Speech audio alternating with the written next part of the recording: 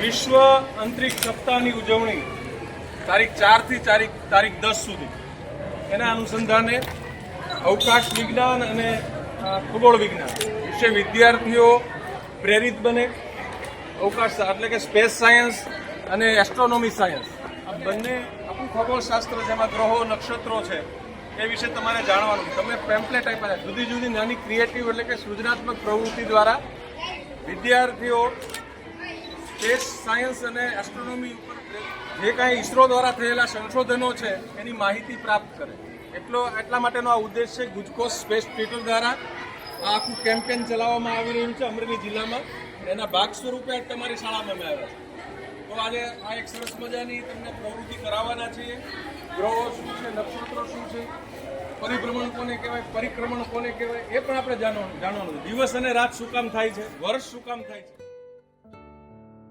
કેટલો સમય થાય? માત્ર 8 મિનિટ. અહીંથી સૂર્ય આપણે 15 કરોડ કિલોમીટર દૂર છે. પૃથ્વીથી પછીનો ગ્રહ કયો આવશે?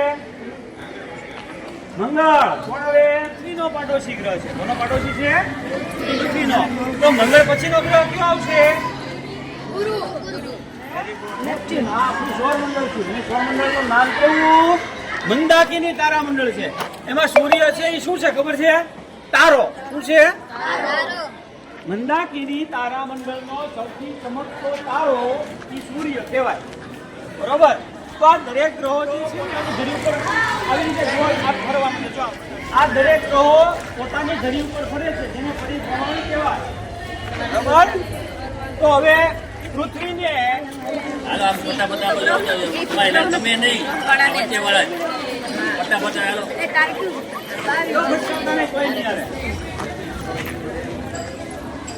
હવે તમે જોજો ક્યાં ગોઠવો આવશે.